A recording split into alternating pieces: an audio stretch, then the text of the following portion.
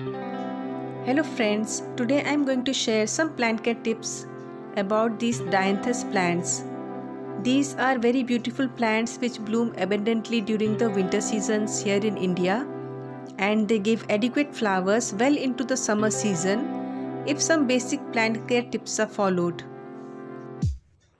Many varieties and colors of these plants are available, and usually you can find shades of pinks. These flowers have fringed edges on the petals, which I really like, and I feel it makes the flower look super cute.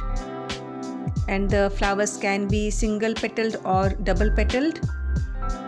When they are not flowering, the narrow grass-like foliage also looks very attractive. And I have grown this plant from last year's cutting. These have been growing for 2 to 3 years now. So you also get different varieties of Dianthus. Some are annuals, some are biennials, and some can be grown for 2-3 years easily. These plants grow very quickly, and these can be easily propagated from seeds. Like I have grown some of the plant from seeds, and you can also buy the sapling from nursery. It is available during just before the winter seasons, or you can even cut some stem and plant them. Like I have also planted by stem cuttings. I had this plant for 2 to 3 years and I used the same stem cuttings also. So the plant Dianthus sclerophyllus are a little bit toxic to pets. So one must be very careful if pets, especially cats, are around, because cats sometimes eat up the leaves, and it may also cause gastric upset in dogs if it is ingested. So this is one thing that you have to keep in mind if you are having pets. As for the soil requirements, these plants can grow well in a soil of medium or moderate fertility, but if you want abundant blooms, you may give it a light fertilizer, and fertilizers like compost or dilute mustard or neem cake given once in a while is adequate for it. And it can be grown in different kinds of soil, but one important factor is that the soil must be well drained. When the plant becomes bushy from the lower parts, you have to also keep in mind that there should be adequate air circulation, otherwise fungal disease is very common in this plant. And they can grow well in neutral to slightly alkaline soil also, and can even grow well enough in mildly acidic soil, because usually what happens is that when we add fertilizers like neem or mustard cake, the soil tends to become a little bit acidic. So you can do one thing, like the thing that I do, I add eggshell powder, or you can also use some pieces of chalk and you can put it in water and let it dissolve, and you can put this water in the pots, and this will neutralize the acidity and it will maintain the pH of the soil. Once you grow these plants, they grow up really fast and they start blooming abundantly.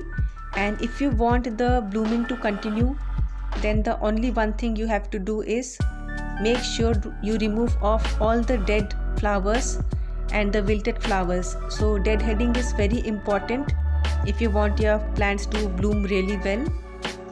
If you don't remove the flowers, the plant will use its energy to make seeds, and the energy won't be given to create more buds or foliage. So deadheading is really important. And as for the sunlight, it's preferable to give it 6 to 8 hours of sunlight, though it can also grow well enough in shade. But I think full sun is a better option if you can. Also, you should rotate the pots if it is planted in a pot, so that the sunlight gets on all parts of the plant. And this is important because this prevents fungal growth. It's also important that you keep these pots away from huge foliage plants, because these kind of plants will make the surrounding air humid. And this is another reason why your Dianthus might catch some fungal disease, because high amount of humidity is not good for this plant. And adequate air circulation must be there if you want to avoid the fungal infections. The major disease in this plant is basically vascular wilt, wherein the stem turns dull green in color, and the plant droops off and it finally dries out, and this can ultimately kill the whole plant if you are not careful.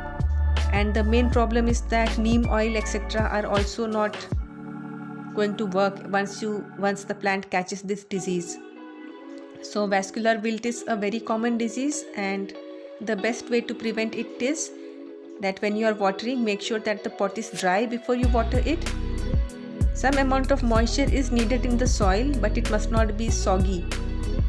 And make sure you don't keep it near bigger plants wherein the air becomes too much humid, or keep it away from the area in the garden where you have, like if you have created a fountain or some water body, then it is better not to keep these pots near that area.